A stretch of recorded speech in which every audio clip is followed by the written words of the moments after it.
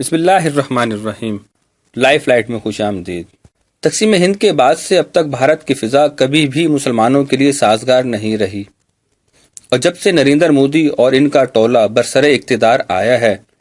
مسلمانوں کے خلاف ریاستی سطح پر نفرتوں میں بے حد اضافہ ہوا ہے، اور یہ سرزمین ہندوستان ان پر اس قدر تنگ کر دی گئی ہے کہ اس کا تصور بھی لرزا دیتا ہے۔ بھارت کے سنجیدہ حلقے بھی یہ نقطۂ نظر رکھتے ہیں کہ ملک میں جس انداز سے اقلیتوں اور خاص طور پر مسلمانوں کے لیے مسائل پیدا کیے جا رہے ہیں، اگر یہ پالیسی ترک نہ کی گئی تو اس سے خود بھارت بہت بڑے نقصان سے دوچار ہو سکتا ہے۔ مودی سرکار کا مسئلہ یہ ہے کہ اسے جب بھی کوئی بہانہ ہاتھ آتا ہے، مسلمانوں کے گرد گھیرا تنگ کر دیا جاتا ہے۔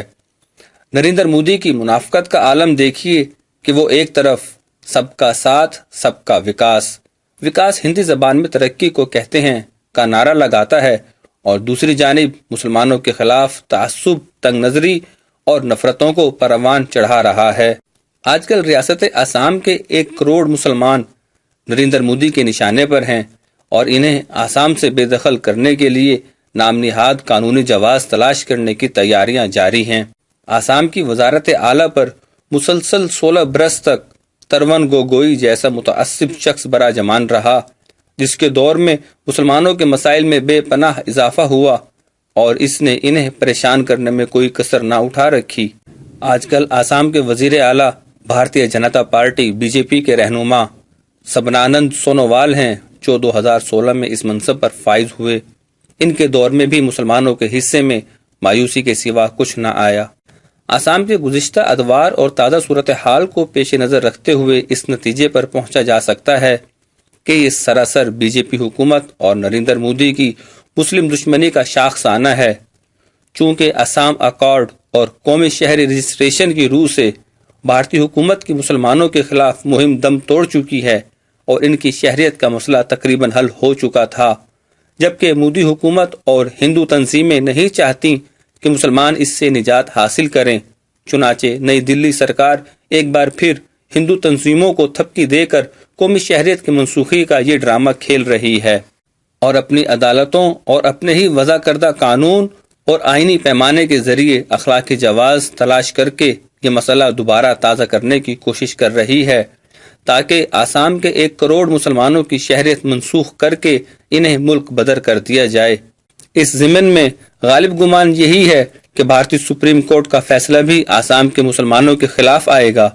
کیونکہ ماضی کے لاتعداد فیصلے گواہ ہیں جو ان نام نہاد عدالتوں نے واضح طور پر جانبداری اور ہندو نوازی کا مظاہرہ کرتے ہوئے مسلمانوں کے خلاف دیے۔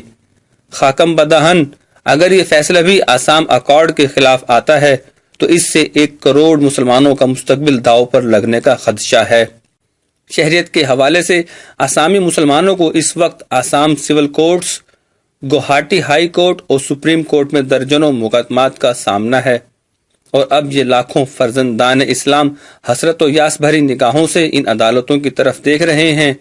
جن کے فیصلوں سے ان کا مستقبل روشن یا پھر ہمیشہ ہمیشہ کے لیے تاریک ہو جائے گا۔ معاملہ چاہے گولڈن ٹیمپل کا ہو یا بابری مسجد کا، گجرات قتل عام یا آسام کے مسلمانوں اور دیگر اقلیتوں کی حالت زار کا، یہ سب بھارتی حکمرانوں کی تنگ نظری کے مظاہر ہیں۔ جب تک بھارتی حکمران، فوج اور ہندو لیڈرز اپنے اندر سے تعصب کو ختم نہیں کریں گے، اپنی اصلاح پر توجہ نہیں دیں گے، اقلیتوں کے حقوق کو تسلیم کرتے ہوئے انہیں باعزت شہری کی طرح زندگی گزارنے کے مواقع نہیں دیں گے، بھارت مسائل کی دلدل میں دھنستا ہی جائے گا، اور بقول بھارتی صحافی خشونت سنگھ، بالآخر بھارت ٹکڑے ٹکڑے ہو جائے گا۔ پاکستان یا دنیا کا کوئی بھی ملک اسے تباہ نہیں کرے گا، بلکہ یہ خود اپنے متعصبانہ رویوں کی بدولت خودکشی کا ارتکاب کرے گا۔